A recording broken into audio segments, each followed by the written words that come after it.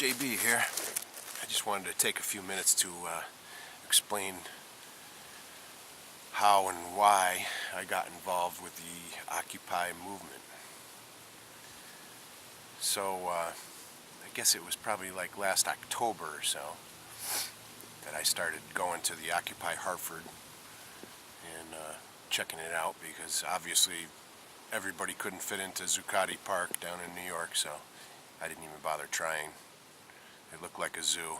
It looked like a lot of fun, but it was a zoo. And I try to stay away from that many people unless it's some kind of music festival, you know. So anyways, I went to Hartford, and I liked the people, you know. I liked the idea of Americans getting together and discussing issues and possible solutions to the madness that's all around us, you know. Obviously, we can't continue on this path much longer. Big trouble ahead. Big trouble. You know, we've let the elite take over pretty much everything, so I thought I would join hands with some like-minded people and, you know, take a stand for whatever that's worth. But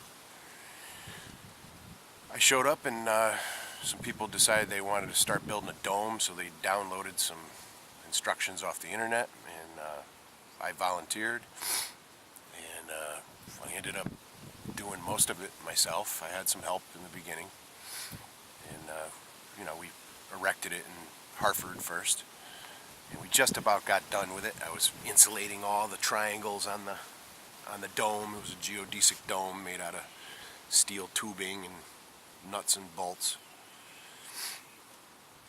And it was coming along real nice, and then, you know, the cops showed up and busted it all up. They gave us about 12 hours notice, and that the camp was going to be destroyed and disbanded and get all your shit out. So we showed up to start getting our shit out. You know, it was quite the scene. There had to be 80 cops involved. There were cops with sound cannons and tear gas bazookas, and, you know, equestrian cops and SWAT teams, and it was unbelievable, you know. There was even a Homeland Security box truck there coordinating the whole thing, you know, in case anybody tried to do something unorthodox, I guess, you know. It was about 40 peaceful protesters and about 80 cops. So I think they had us pretty well covered. And we disbanded the camp, and I took down the dome, did my best to carry it across the rush hour traffic through the rain and the army of cops to mount it onto my van, you know, which was illegally parked across the street at the YMCA and surrounded by more cops. Somehow got out of there and drove around and found a place to store it for a couple of weeks. Decided to bring it down to Occupy New Haven, which is still up and running. Thank God. It's a beautiful camp, you know. I got down there, set up there on the green by Yale, and it's pretty awesome. There's a good group of people, very active, you know. They're not playing around.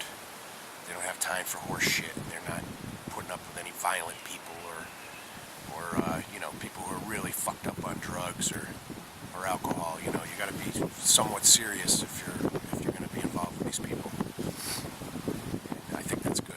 You know, I mean, that's what it takes. There's been a big learning curve going on with this movement. You know, at first it was open to all, and of course it is. But, you know, it's up to you how welcome you are once you get there. You know, you're only going to be welcome for so long if you cause problems or, you know, threaten violence or whatever your thing is.